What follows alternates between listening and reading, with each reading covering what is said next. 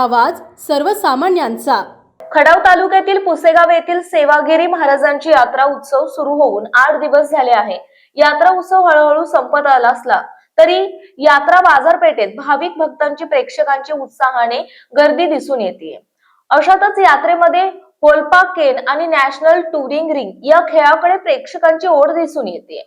आता तुम्ही मंडळी म्हणाल, नक्की काय आहे या खेळामध्ये जेणेकरून प्रेक्षक इकडे गर्दी करीत आहेत?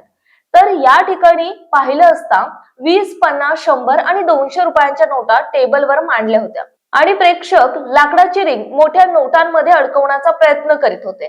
परंतु मंडळी, या खेळाचे नियम लयच कडक होते। एकदा टाकलेले रिंग परत मिळणार नाही। जी वस्तू रिंग मध्ये असेल तीच बक्षीस मिळेल। 2 रिंग आपटल्यावर रिंग परत मिळणार नाही। रिंग एक एक करून फेकणे, टेबलाला आपटून रिंग पडल्यास परत मिळणार नाही, असे नियम असलेल्या खेळात हौशी प्रेक्षक आपले नशीब आजमावण्याचा प्रयत्न करत होते। 50 रुपये देऊन 10 रिंग घेऊन एखादी नोट रिंग मध्ये सापडते का याचा प्रेक्षक आटोकाट डोकं चालवून प्रयत्न करीत होते। परंतु मंडळी, 50त एखादाच बहादर एखादी नोट रिंग मध्ये अडकवून घेऊन जात होता, बाकी रिकाम्या हाताने परत जात होते। अशा तऱ्हेने या यात्रेतील हौशी प्रेक्षक हा होलपा केन रिंग खेळ खेळून यात्रेचा खर्च बाहेर काढण्याच्या नादात अनेक रिंगा बाद करीत होते, तर काही मंडळी आपला खिसा रिकामा व्हायच्या आत इथून निघून जात होते। असं एकंदरीत इथे गणित दिसून येत होते।